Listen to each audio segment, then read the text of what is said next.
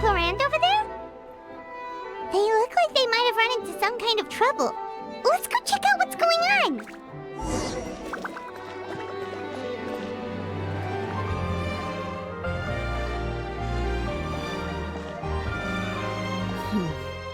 Still no dice?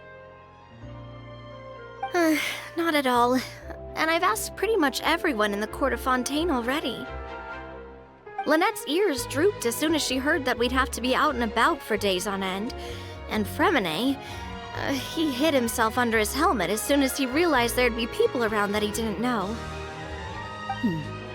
What about Chiori and Charlotte? I feel like both of them would be more than up to it. I've asked them already, but they're both pretty busy right now. I just gave the members of the Spina a few days off, too, so I don't want to bother them either. This is getting pretty difficult. Navia, Clorinde, what's up? Oh my. Well, if it isn't my dear partners. How are you all doing? Huh. Navia? Huh? Oh, you mean... Yep, this is our chance.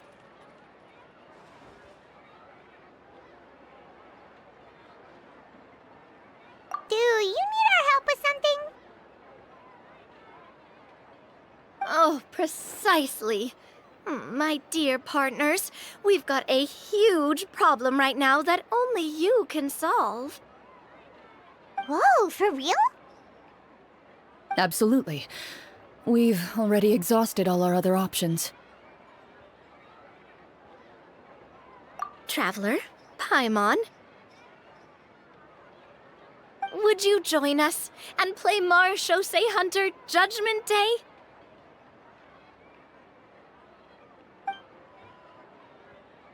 Marechaussee what now? It's a new game script by the Tabletop Troupe, a local roleplay adventure club. Ever heard of the Tabletop Troupe? They put out games that allow you to participate in a story and roleplay characters with your friends. Oh, I've loved their stuff ever since I was a kid. That sounds super interesting! Clorinde and I are both veteran members of the club. Recently, someone came up with a new script and was looking for people to help playtest it for them. And when they asked, of course I couldn't refuse. I mean, come on! A brand new script? Nobody has ever played it before.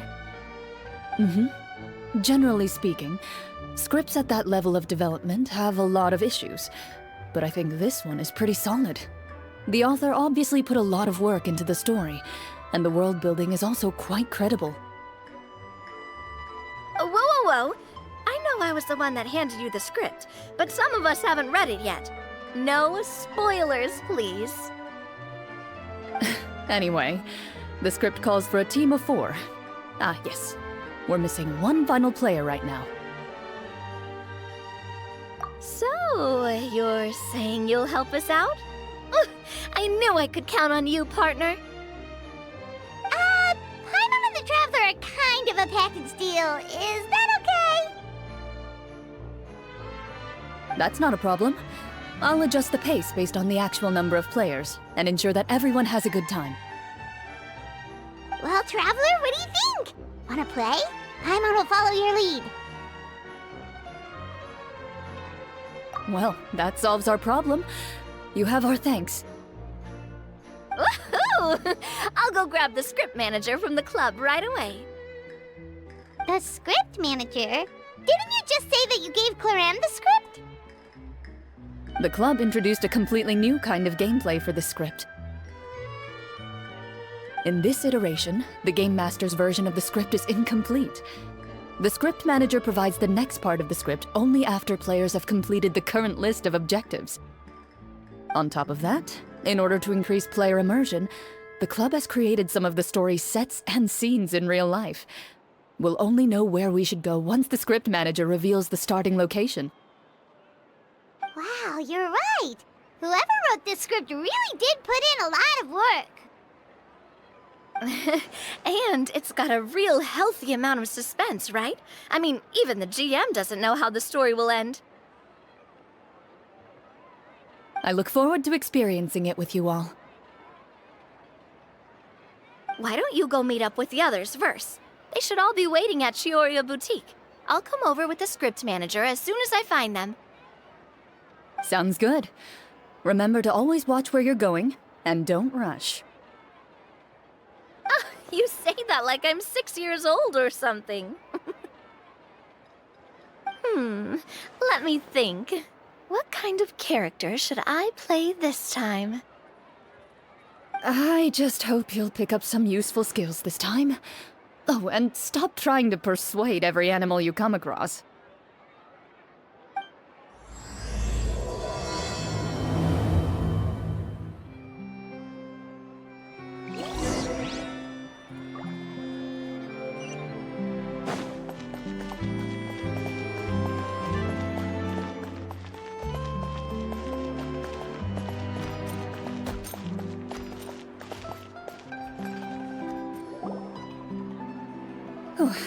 Sorry to keep you waiting. You're back! Huh? And you've got the Traveler and Paimon with you, too! What a pleasant surprise. I assume you'll be joining us for the game then? Linny, Farina! Paimon didn't know you were playing too! Are you also members of the tabletop troupe? I'm more of a casual member, if anything.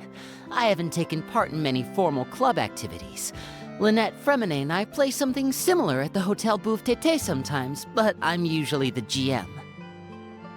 Still, I'm sure it'll be fun being a player for the first time. I'm looking forward to it. Well, I'm not a member of the club at all. Clorinde simply woke me up first thing this morning, said there was a good script worth experiencing, and asked if I wanted in. If you're interested, I can give you a referral. That should give you a 40% discount on membership fees.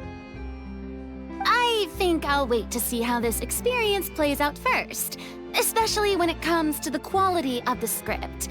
If it's sufficiently fun, then I'll join.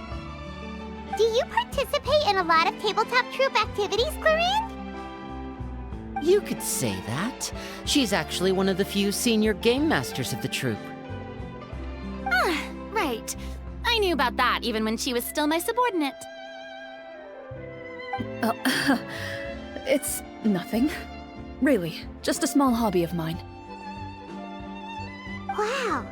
Paimon's so used to seeing you be all upstanding and intimidating as the champion duelist.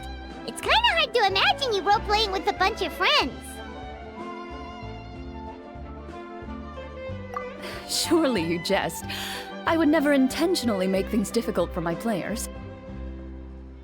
I maintain a clear boundary between my professional and personal lives. The me you see at court represents the law and order of Fontaine. I put all personal feelings to the side and grant a fair duel to all who seek to defend their honor. But in my personal life, I'm just an ordinary person. Someone who feels anger and sadness, just like everyone else. Well, you say that, but for all the time I've known you, I don't think I've ever seen you cry. I've seen you get angry, sure, but now I'm wondering whether you were actually mad or if it just looked that way from the outside. I was probably in work mode during those times. Is that so? Well, in any case, I just feel like even in your personal life, you don't get emotional very often. So you want to see me cry? That might be a little difficult. A show of anger, though, that might be something I could accomplish. No, that's not what I meant.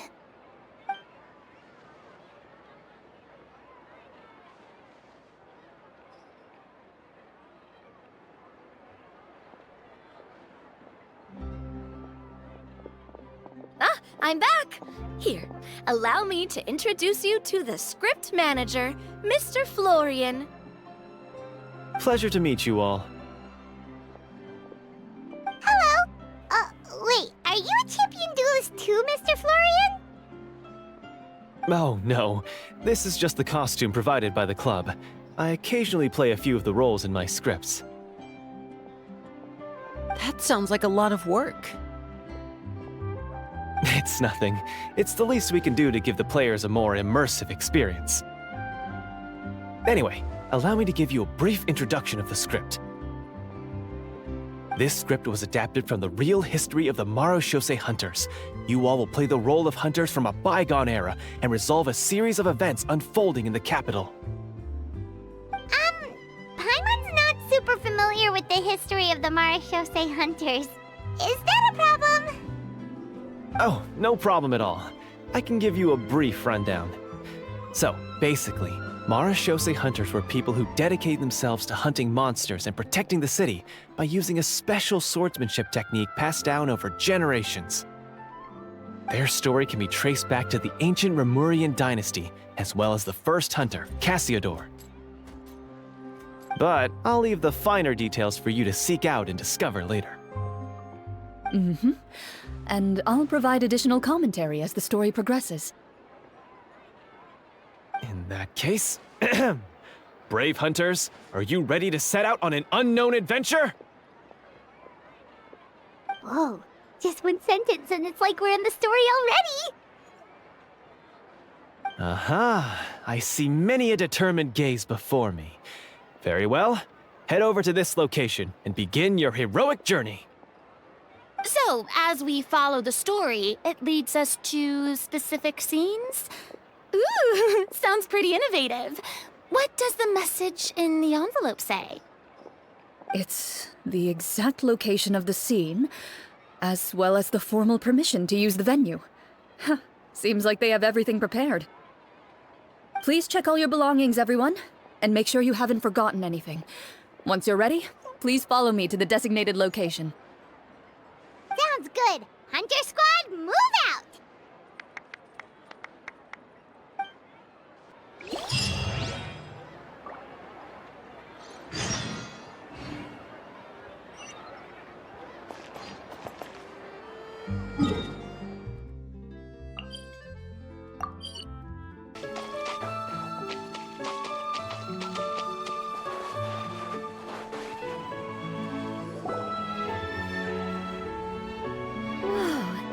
They really have thought of everything. Even the Fatometer is here and ready to go for us. The Fatometer? What's that? It's a card that's used to determine action success or failure. We'll need to use it when we try to use certain skills. And what about all the dessert and tea? Is that for us as well? That's what the message said. Really? That's so nice. It feels just like a tea party with friends. Those snacks have Paimon's name written all over them! I think you might be more of a snack hunter than a Marushosei hunter, Paimon. Snack Hunter Paimon reporting for duty! If there are delicious snacks to be found, Paimon will track down every last one! The desserts are great, but I'm still looking forward to the story more than anything. Very fair. Then, let us begin. First, please pick up the blank character cards in front of you, and write down your name and profession. You can find an abbreviated version of the rules printed on the back of your character card. If you have any questions, feel free to ask me. In this story, everyone is a Marushosei hunter. To reflect this, the club has prepared a small badge for everyone. Ooh, nice! As hunters, you have proficiency in swordsmanship and fighting by default, so there's no need to allocate any additional skill points to those areas. Swordsmanship? So there's a fighting part to all of this? Paimon's not sure she can do all that on her own. Maybe Paimon can just stick with you? Why don't you share a character card then? The Traveler will be the Marushosei hunter, and you can be her little floating assistant. Kinda like in real life. So, for the name, do I fill it out with the name of my character? Yep, it can be any name you like. You can use your real name too if you want.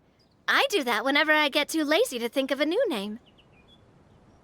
Oh, So it would be like experiencing a different life, but still as yourself. That's not a bad idea. In that case, I think I'll continue to use the name Linny then. Next up is the skill sheet. You have a limited amount of skill points that you can use to learn a number of skills. The more points you invest in a particular skill, the easier it will be to pass associated checks.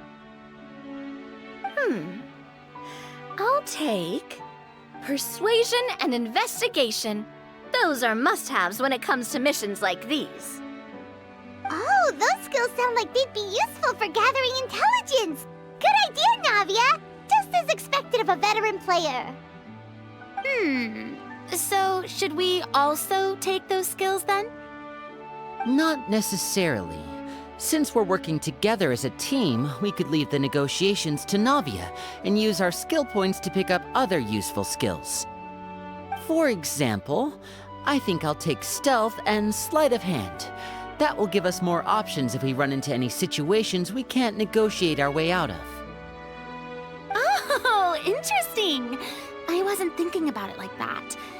I suppose it's not so different from an acting troupe. Everyone has their own role to play. Let me see. I'll take arts and performance. I'm not quite sure what use they'll be, but I'm not as knowledgeable about the other skills, and I'm not too confident I'd be able to roleplay them well. Well, that leaves us. What do you want to learn, Traveler?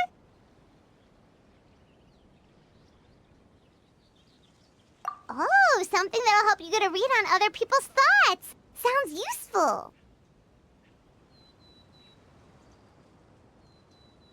Ooh, so you want to help people when they're injured. That's nice of you. So what do you think? Are you sure you want to learn these two skills? Let's see. Oh, looks like you each have enough points to choose one final skill. You've all picked such classic skills. It's fine to go a little bit out of the box, you know. Why do I get the feeling she's getting ready to cause trouble? For example, this one here. Summon. Doesn't it sound super mysterious and cool? Oh, I saw that one just now as well. The description says, this skill can be used under certain circumstances to summon characters or creatures that fit the script's world-building rules. The script's world-building rules, huh? But how are we supposed to know what a Marashose hunter can summon? Oh, that's not for us to worry about, my friend. Just learn the skills that interest you, and the GM will take care of the rest.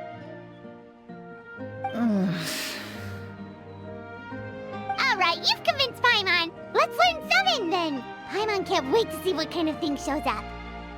Well, now that everyone's more or less finished creating their characters, we can begin. Since two of our players are doing this for the first time, though, let me ask. Would you like to play on easy mode or authentic mode? What's the difference between the two? Well, in role-playing games, the story sometimes changes based on the decisions of the players and the results of the Fatometer. For example, if you fail a check, that means you cannot use the target skill in that scenario.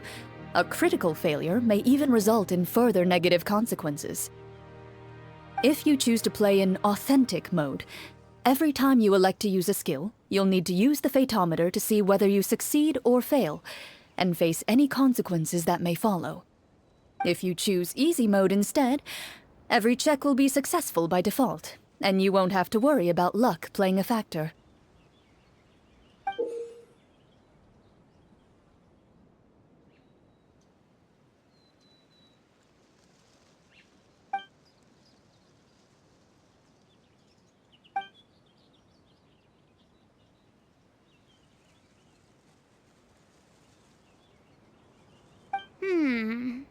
Given that I'd like to focus on the story, I suppose I should pick easy mode.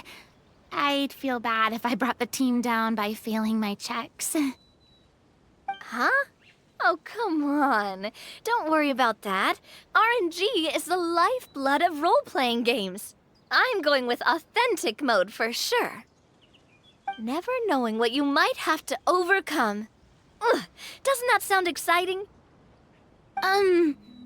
I'd rather be mentally prepared for what might happen. All right, then I'll mark down Farina for easy mode. All her checks will be successful by default. As usual, Navia and Linny will play on authentic mode. What about you, dear partner? How would you like to play? Are you sure? Trust me, you'll see the beauty of RNG. Honestly, I don't think Clorinde would make things too difficult for us no matter what the Fatometer says. Isn't that right, Clorinde? No promises. That wasn't super reassuring. Well, anyway, enough talk. Let's get started.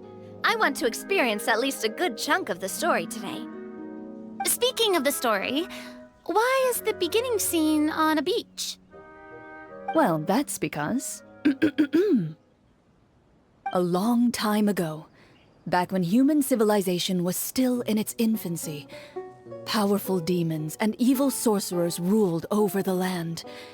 They created a host of monsters and sent them to slaughter all humans in existence. Soon, a group of human rebels banded together. With their swords raised, they swore to brave the darkness, and in doing so, subdue each and every monster that sought their destruction. They became known as the Marashosei Hunters.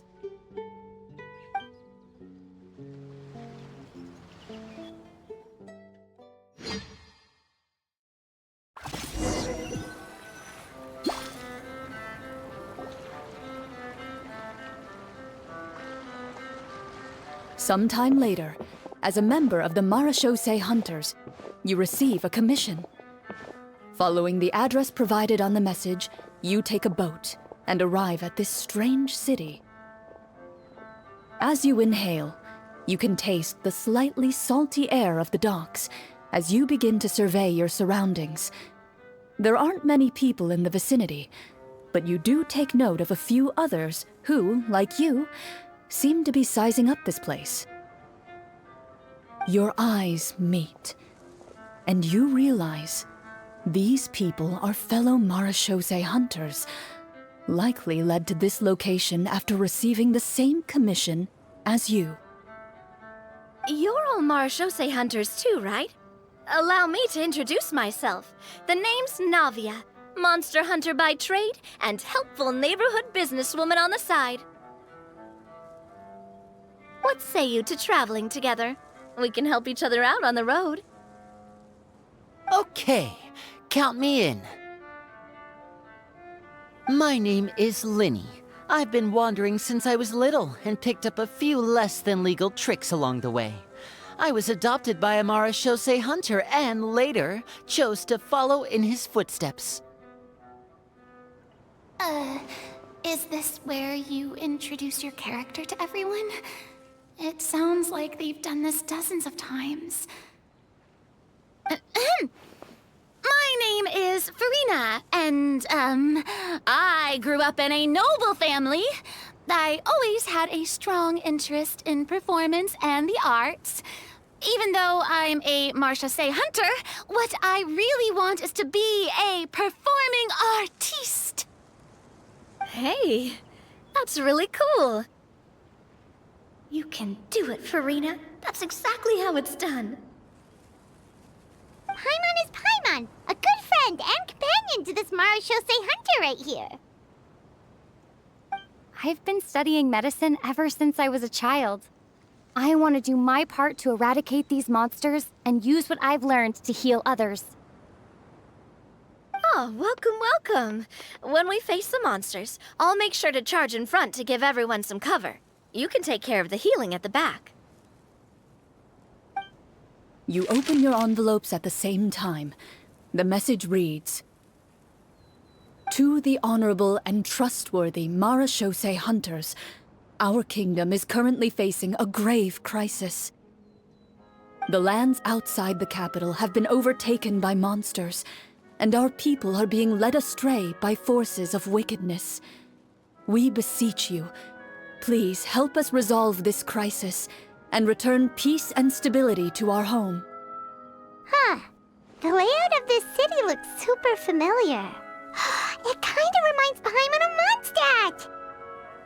The scriptwriter must have used a real-world city as a reference when coming up with the map. As experienced hunters, the layout of the city reminds you of places once traveled.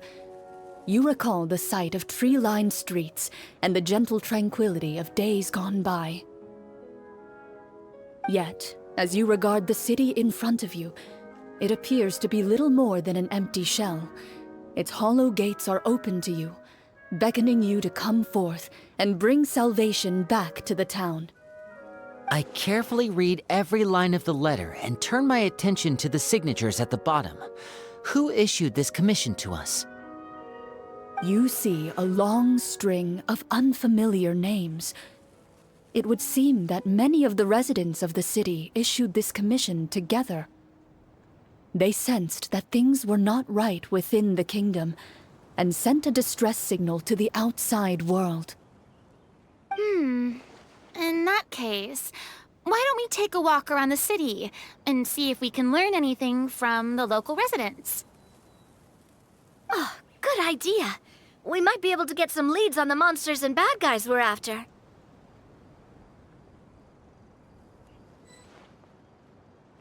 You look up and see a tavern nearby. It appears to be open for the day. Why don't we go check out that tavern? If the novels I've read are anything to go by, taverns are usually full of information.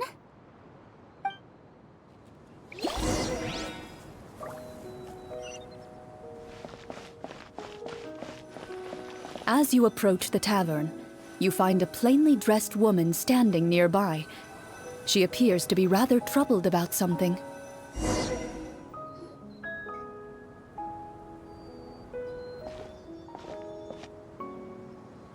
Greetings, friend.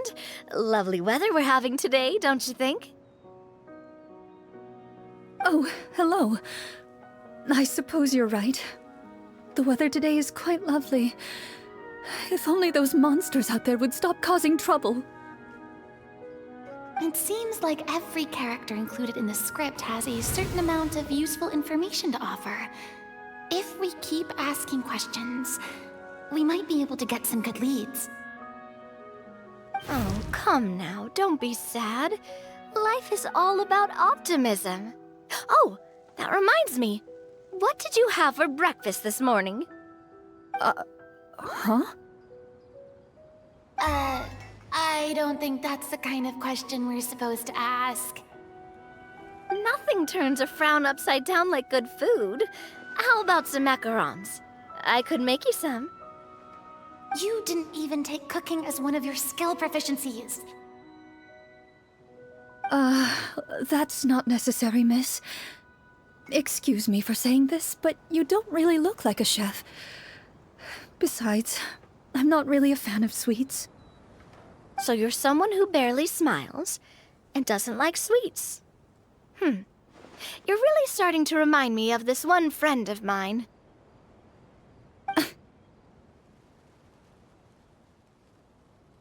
Hey! Did she just... me? Clorinde must have broke character for a second. This isn't getting us anywhere. Traveler, maybe you can think of something.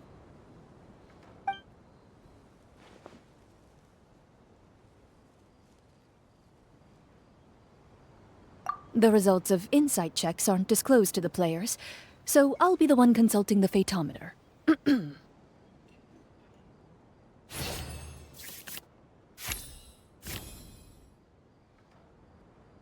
You recall all the lessons you've learned in your time, and begin to carefully observe the woman's mannerisms. You notice that when she's quiet, she has an empty look in her eyes, as if her thoughts have drifted to a place far, far away. And when she speaks, she often subconsciously reaches out to touch the ring on her left hand. So you noticed. That's a little embarrassing. A horde of monsters suddenly appeared near the capital recently, so all the guards were dispatched to fight them. Do you remember when those monsters appeared? I'm not completely sure. All I know is that my husband was dispatched to fight them 3 days ago. Do you know where he was sent? It all happened so fast. When we said our goodbyes, he couldn't even tell me where they were sending him. You have our thanks, friend. We'll find and defeat those monsters as soon as possible. We sincerely hope your husband will be able to return to your side soon. Oh, thank you. Don't worry. We'll find him. Just try to remain optimistic and wait for good news. We don't always get to choose what happens to us. But we do get to choose the little things, like what we eat and how we respond to the things life throws our way. I hope that one day, you too will recognize the power of something as small and inconsequential as a delicious dessert. I'll do my best. You bid farewell to the woman and continue your journey further into the city.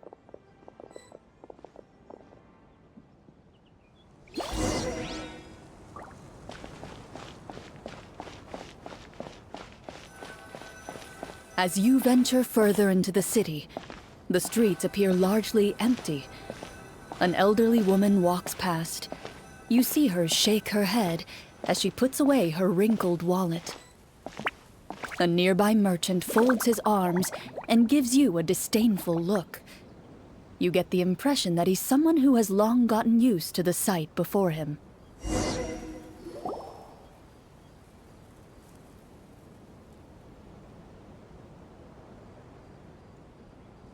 Although he doesn't seem very friendly, merchants are usually a good source of information, right?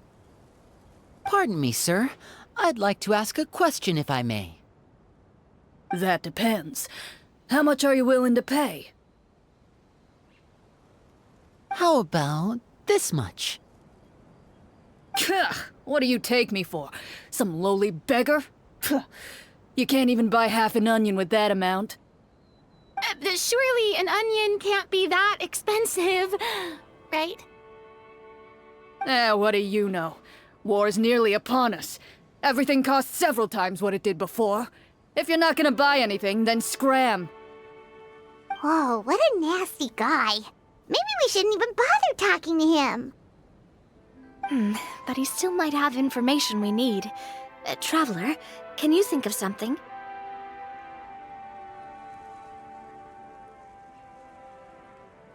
Sir, we came to this city to solve the very problem you seem to be referring to. The war you mentioned, would it happen to be against the monsters outside the city? If you happen to be well informed and know a thing or two about what's going on, we'd appreciate it if you could share that information with us. After all, the sooner this problem gets resolved, the easier it will be for you to do your business.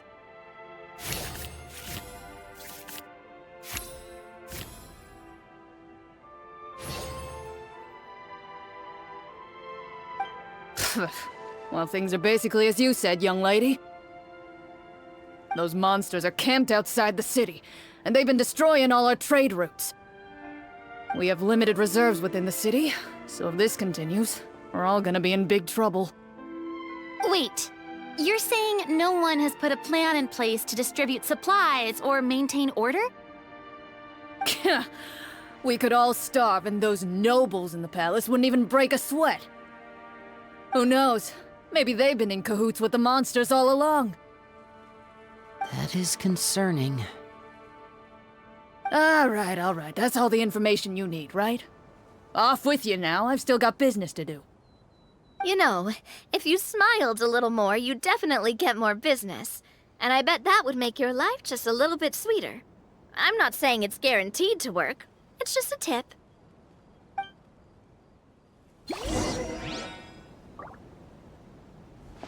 Should we try to go somewhere with more people? Oh, how about the city square? Follow me.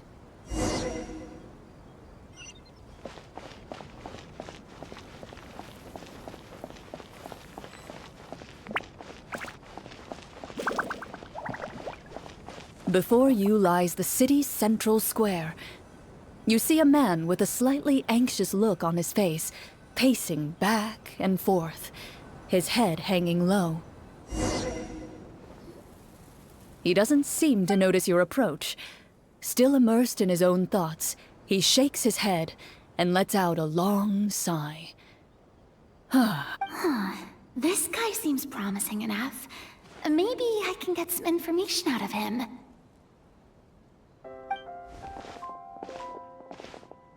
Hello, sir. Is there anything I can do to help you?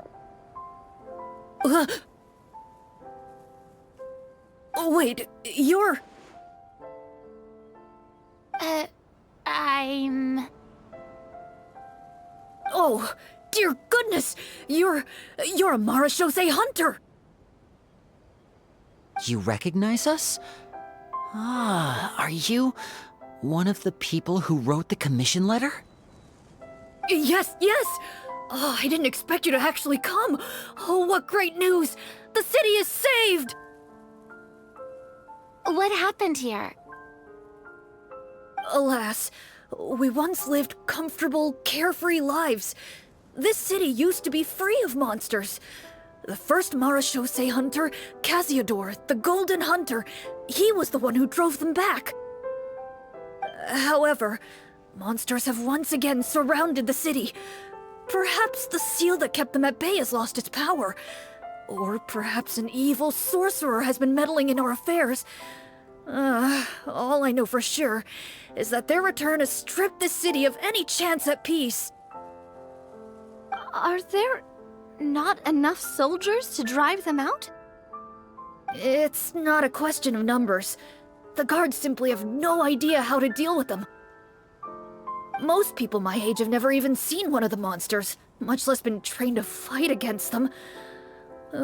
What's worse, many of us don't even know the history of the Marashose hunters anymore. When I was a child, though, my grandfather would tell me stories about how the Marashose hunters drove back the monsters. So, on the off chance that something might come of it, I decided to reach out to you. To be perfectly honest, I was starting to think all those stories were just tall tales. But now that I've seen you in person, I finally know that it was true! Well, you can rest easy, friend. The righteous and formidable Marashose hunters are on the case. The man is touched by your determination and resolve. His eyes begin to well with tears of relief. Still, if we are going to hunt the monsters, we need to know where to find them. Can you give us any leads? All I know is that the area outside the city is dangerous. I'm afraid I can't point you toward a specific location. Oh, although, if you leave the capital through the main gate and follow the road, you should run into a group of guards. They might know more about where to find the monsters. I see. We'll go look for them then. All right, be careful. Oh, and one last thing. The monsters outside the city are just part of the problem. There are evil sorcerers inside the city as well, so be on your guard. They're actively working with the monsters, and have corrupted the court ministers with malicious magic. They're the reason why, even inside the city, everything has been a giant mess. Even one of our kindest ministers has turned into a boorish and unreasonable figure, interested in nothing but enacting laws that exploit the people. Who knows how much longer we'll be able to go on like this. Talk about being stuck between a rock and a hard place. I feel bad for him. Maybe we should try to cheer him up?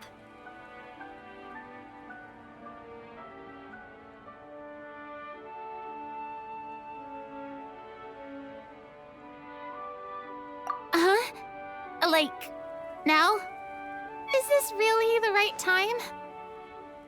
I appreciate your kindness, but for now, it's more important to focus on the crisis at hand. Brave hunters, I leave the future of this kingdom to you.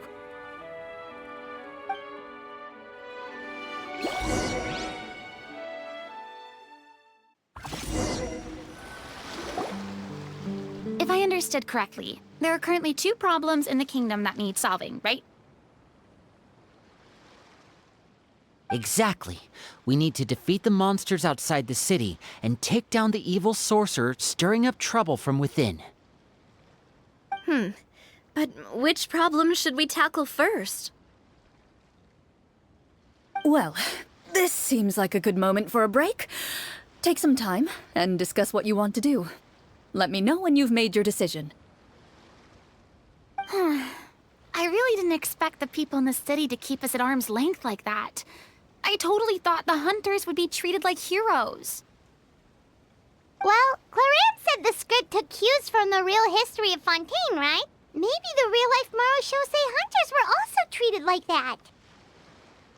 I wouldn't say it's a perfect representation of history, but there are definitely some similarities. Would you like to hear more about it? Sure. As long as it doesn't spoil anything in the script. You brought up bits and pieces of the hunter's history before, but it was all in passing. Paimon wants to know too! The hunters were super powerful, right? Were they all from a special line of supernatural beings or something? Kinda like the yokai in Inazuma? No. All Marashose hunters were ordinary mortal fighters. The only thing that set them apart were the special sword techniques passed down over the centuries. Huh? So you mean anyone could become a Marashose hunter? In theory, yes. All you would need to do is survive the rigorous training and master the swordsmanship techniques required to fight the monsters. Still, most people dropped out at the early stages, and others called it quits the minute they saw a monster in person. To become a hunter, you must be strong in both body and mind. What kind of monsters did the hunters fight exactly? Oh, and the evil sorcerer the script mentions. Did they exist in real life too? The land of Fontaine once played host to an ancient dynasty known as Remuria. After that dynasty fell, monsters began to appear, intent on obstructing humans from establishing a new social order. One of the ancient sorcerers of Remuria used his power to assemble a formidable army of golems. He sought to use that force to establish himself as king. Now wait a second. Don't tell me that guy was the inspiration for the evil sorcerer in the script. We still haven't found any in-game information on him yet. So, why don't you talk about someone else for now? Well, I wasn't planning on going into anything you might be able to find out in the game. But if you want me to talk about something else, then... How about Casiodor, the Golden Hunter? Or Egeria, the ex-Hydro Archon? Wait, but those people are all from a super long time ago. Where did you learn all this, Clorinde? From my master. By master, you mean Miss Petronia? Is someone you know? Absolutely. Miss Petronia and my father were good friends. Back in the day, she would often bring Clorinde over to play, but then... Let's not get off topic.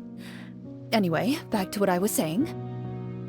Responding to Egeria's call, a number of warriors followed Casiodor into battle against the monsters. This group of warriors, under Casiodor's leadership, became known as the Marashose Hunters. Yet, as Fontaine entered an era of peace, their work gradually became obsolete. The Marashose Phantom, originally an association made up of hunters, eventually came to be predominantly comprised of Melusines. Ah, I see. That explains why most of the people in the script have forgotten the hunters or think of them as nothing more than a legend. Is that really a bad thing, though? It can get tough always being the one shouldering everyone's expectations. Depends on who you ask, I suppose. If the name of the organization no longer commands respect, investigative work is bound to suffer. Speaking of investigations, which problem should we tackle first? Monsters or evil sorcerer? I vote monsters. That's the main duty of the hunters, right? We can come back to the sorcerer later. Well said, Miss Farina. Plus, if the sorcerers really are the masterminds behind this whole thing, defeating the monsters could give us some clues on their intentions as well. What about you, partner? What do you think? It's decided then. All right. After some discussion, you decide to turn around and head out of the city.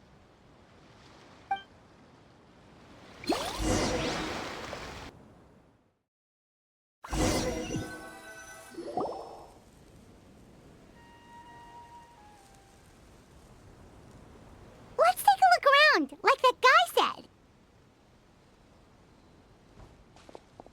You there! Outsiders, halt! Who's there? An armored man approaches you. He has a tall, muscular build and a determined expression in his eyes. Just one look, and you can tell he's fought in his fair share of battles. Although he's trying his best to conceal his current state, his uneven gait and the sweat dripping down his forehead make it obvious that he's been wounded and is in serious pain. I'm the captain of the guard. I saw you sneaking around the city earlier, so I'll only ask this once. State your purpose, or it's off to the dungeons for the lot of you. Wow, it's been a while since someone's been this suspicious of us. I said talk, not whisper between yourselves. Have you ever heard of the Marchese Hunters? Marachose hunters? Ha! That fairy tale, you mean? What, do you expect me to believe you're one of them?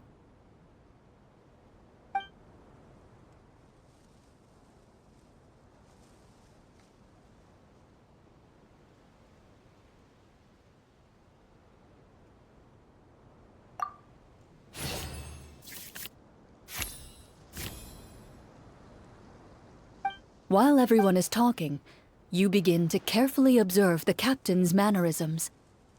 Every so often, you see him glance toward a particular direction, with a pained expression on his face, as if an invisible thread is tying him to an unknown place. As you follow his gaze, you vaguely recall that the location he seems fixated on is known for its difficult terrain. Any battle that breaks out in a place like that is likely to be prolonged and devastating. Wait, is that where the monsters are? Outside the forest, in the area with the difficult terrain? The captain is taken aback by your sudden question. Still, his shock only lends credence to your theory. You're looking to fight the monsters? Well, we're Marchese Hunters after all. You could say that's basically our job. He shakes his head and continues to regard you with skepticism. In the end, he decides to inform you of the locations where the monsters have appeared. Those monsters aren't easy to deal with, but if you insist on going, I won't stop you either. I just hope all the guards will be able to come back to their families alive. I wish you the best of luck.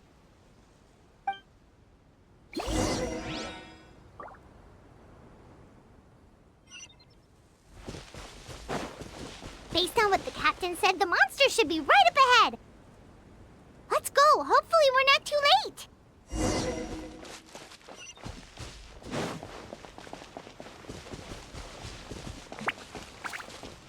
As you approach the battlefield, you see numerous people lying by the side of the road.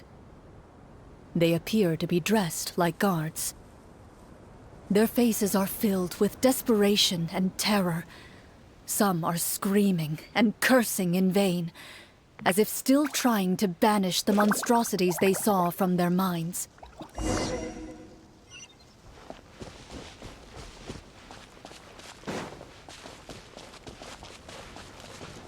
A few of the wounded look up at you in shock and disbelief. "Quick, leave this place. Turn around and don't look back," they yell.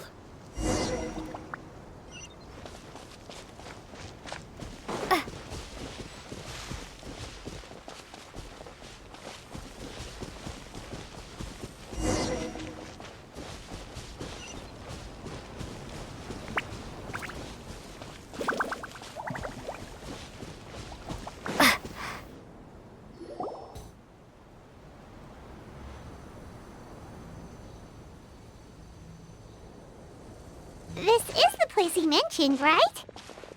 You see broken iron swords scattered all around you, and downed trees riddled with terrifying claw marks. All the signs point to one thing. A truly devastating battle just took place here. Be on your guard, everyone. The monsters might still be around. Before you can finish your sentence, you hear rustling sounds from the surrounding bushes. The monsters have emerged. They close in on you without fear. You get the impression that, in their bloodthirsty eyes, you're just another meal for them to devour. A little help here! This thing wants to eat Paimon! Your battle round begins now.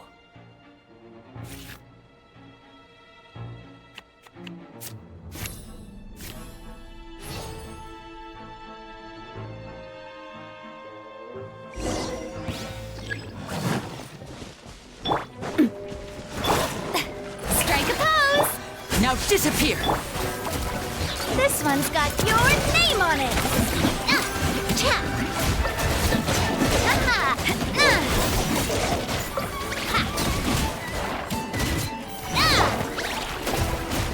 And voila! The next battle round begins now. Feeling lucky?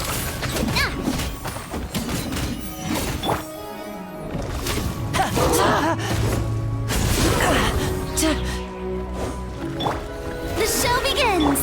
Feeling lucky?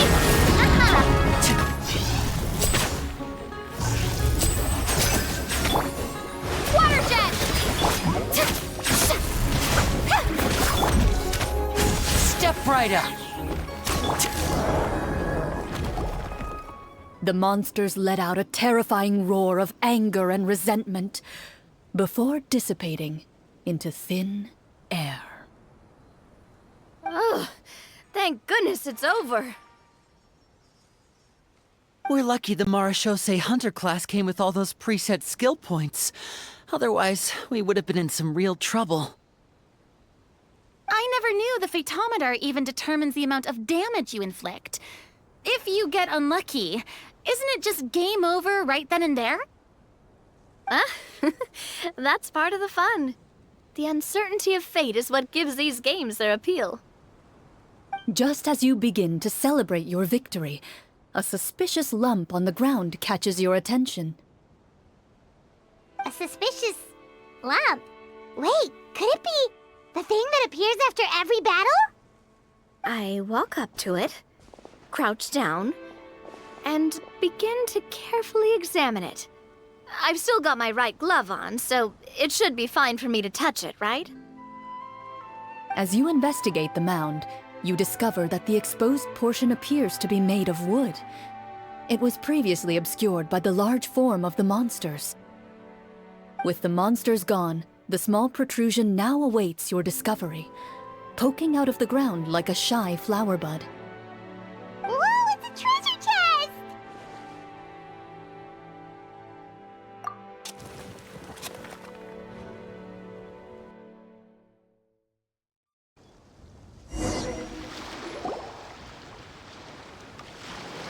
With everyone's help, you successfully excavate the wooden chest from the ground. Even without opening it, you can tell from the mora and jewels scattered around the chest that it must contain quite the fortune. Makes sense. We worked hard for this. Let's open it and we can share what's inside. I can understand your excitement, Paimon, but think about it. Doesn't it seem like there are people out there who need this treasure more than us? Yeah. Think about all the people suffering in the capital. Or all those guards who got hurt fighting the monsters. Wouldn't it be better if we gave the treasure to them? Wait, is that how it works? Paimon thought since we were the ones to dig it up, we could just take it for ourselves. Well, let's put it this way. Any decision you make during a role-playing game can impact the future course of the story. But would the people really believe us? It's hard enough for us to prove we're Marchese hunters. What if they think we procured the treasure illegally? They might get even more suspicious of us. That's definitely something we should consider. Maybe we can come up with an explanation in advance. Well, if donating it could cause that much trouble, why don't we use it to buy some gear and fill up on good food? Then we'll be ready to fight even more bad guys. Looks like you're facing a difficult choice once again. Well, it's getting late. Why don't we call it a day for now? Wow! Where did the time go? I'm not sure if it's because I'm having so much fun with you all or because the story is particularly enticing, but I feel like I could almost keep going. Here, here. Ooh, how about we play through the night? I'm not sure I'll have enough energy for that. Yeah, that won't work for me either. Lynette will give me an earful if I get home too late. I understand how you feel, Navia, but we have to change venues for the next part of the story anyway. Huh? Another location? There's a special note for the GM at the end of this section that says to proceed to an indoor set for the next part of the script. Whoa, they really pulled out all the stops for this new script. Well, even if we end the game for the day, we can still stay a little longer and hear Clorinde finish her story, right? Paimon wants to hear more about the history of the hunters. Something tells me you just want to finish the free desserts before we break for the day. That's just a coincidence, okay? Besides, to Paimon, not finishing free food feels even worse than having to buy her own. And anyway, Paimon really does want to hear more about Clorinde's master. Well...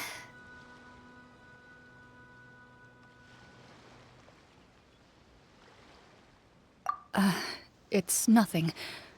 I appreciate the concern, but it's all in the past. It won't do any harm to share these things now.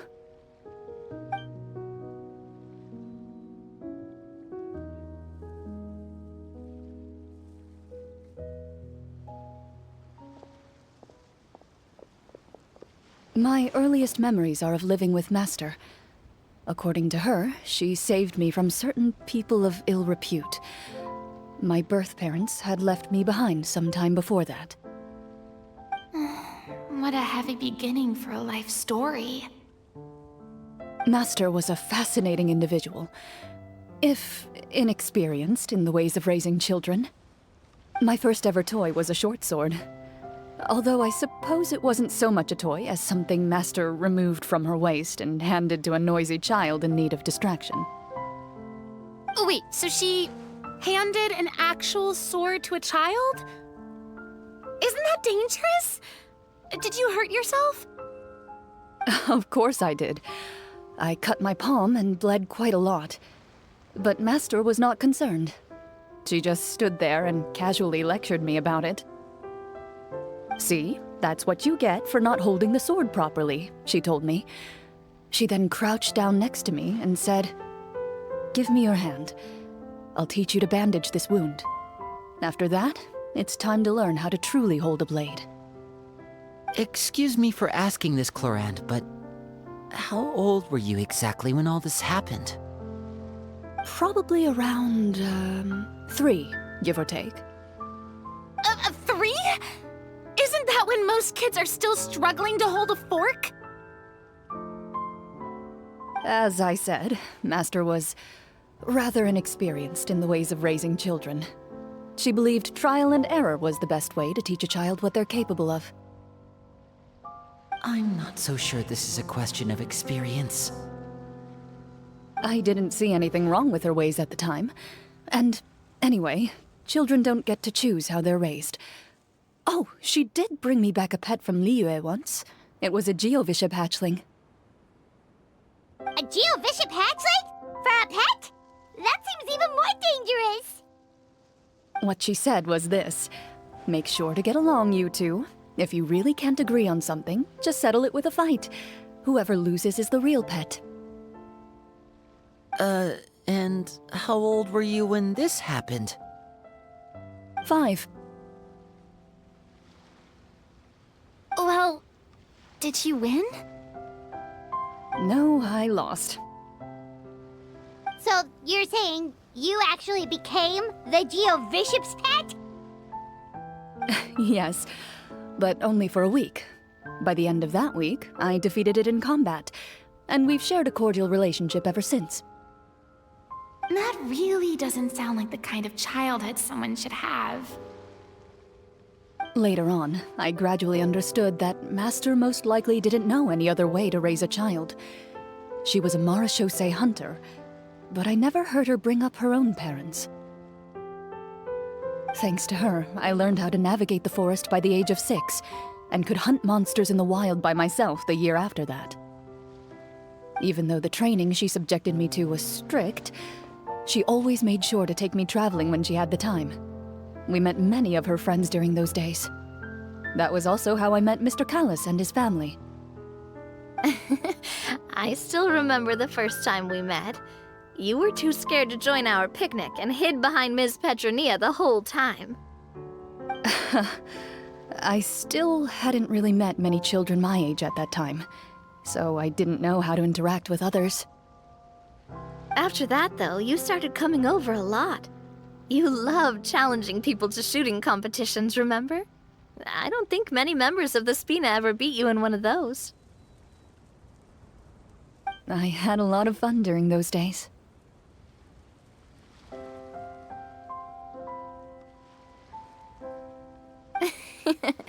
I enjoyed them too. Oh, do you remember that one time we went exploring around the Spina together? We overheard Papa call your master Fontaine's Protector of Justice. We tried to pretend like we never heard anything, but you nearly let it slip that one time. Protector of Justice? Oh, wait, you mean that vigilante hero from 20 years ago? The one who is always active at night? Yep, that would be her. She often would put on a black cloak and go out at night. I never knew where she went or what she was doing. Until, like Navia said, we overheard the truth from Mr. Callis that night. 20 years ago, huh? I still remember the guards leaving all kinds of witness reports about her on Nervalette's desk. My apologies. Oh, there's no need to apologize. You had nothing to do with it. And anyway, everything she did was for a good cause. Although, calling herself the Protector of Order was a bit much. Especially when she deliberately operated outside the law.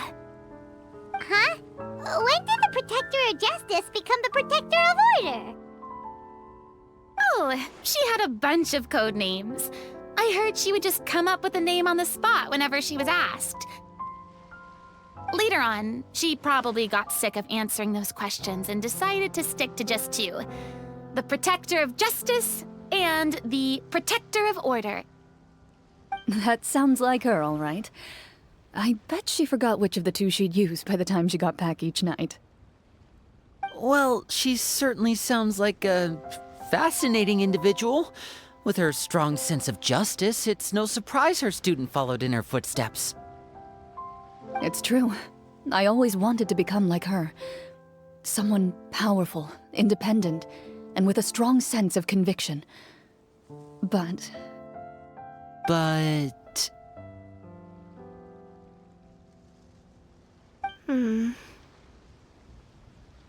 She suddenly disappeared the night I turned 10 years old. Disappeared? What happened? I have no idea. She didn't even leave a note. I was never able to find out where she went. That night, I was celebrating my birthday at Navia's house, but Master never came to pick me up. When I returned home on my own, it was to an empty house. When she still didn't appear after a few days, I went to Mr. Callus's house to ask about her whereabouts, but he only shook his head. Papa probably didn't know either. I know he sent a few people to investigate the matter in secret, but they never found any credible leads. Don't worry, I understand. To be perfectly honest, given Master's personality and way of doing things, it all made a lot of sense. If I had to guess, I'd say she probably used it as an opportunity to force me to become independent. Just like how, when a litter of kittens reaches a certain age, the mother willingly leaves them behind. Were you upset, Clorinde? I was at first, but not anymore. I don't believe Master would suddenly disappear for no reason. There must have been something she just had to do. Well, despite everything, you still managed to follow in her footsteps and become the greatest champion duelist in all of Fontaine. You're practically a living symbol of law and justice. I suspect my position would be far too by the books for her. Master always did whatever she pleased. But you're right. I suppose I do take after her in some ways. Who knew Clorinde had such an interesting past? I never had the chance to ask her about it before. I wonder if Clorinde's master were the champion duelist back then, would that duel against Mr. Callus have gone differently? Oh no. Judging by the atmosphere, Clorinde and Navia are probably thinking something similar. The mood just got super awkward all of a sudden. Well, anyway. Would you look at the time? It's getting dark, so we should probably call it a day for real this time. If we keep talking like this, we really will be here all night. I had a great time today, Miss Clorinde. Thank you for being our GM. Anytime. The script was good, but I've got to say, your childhood stories were even better. Hey, you should tell us more about that fight against the Geo-Bishop sometime. Maybe your master was onto something. You could be right. What does she mean, onto something? I certainly don't know any 5-year-olds who want to fight a bishop in their spare time. Guess I'll head back as well. I need to save my energy if I want to continue enjoying the story tomorrow. You're that excited to hear about my fight with the bishop? I was talking about the script.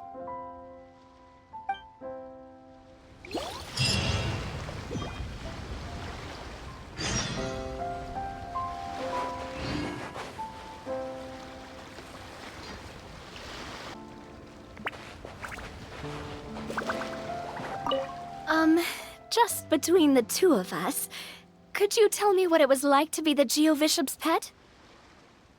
It was nothing special, really. Geo-Bishops don't understand the concept of a pet. So basically, it just headbutted me whenever I entered its territory. And that hurt? Yeah, it hurt. What, something you want to experience for yourself? Oh, I'm good. Thanks.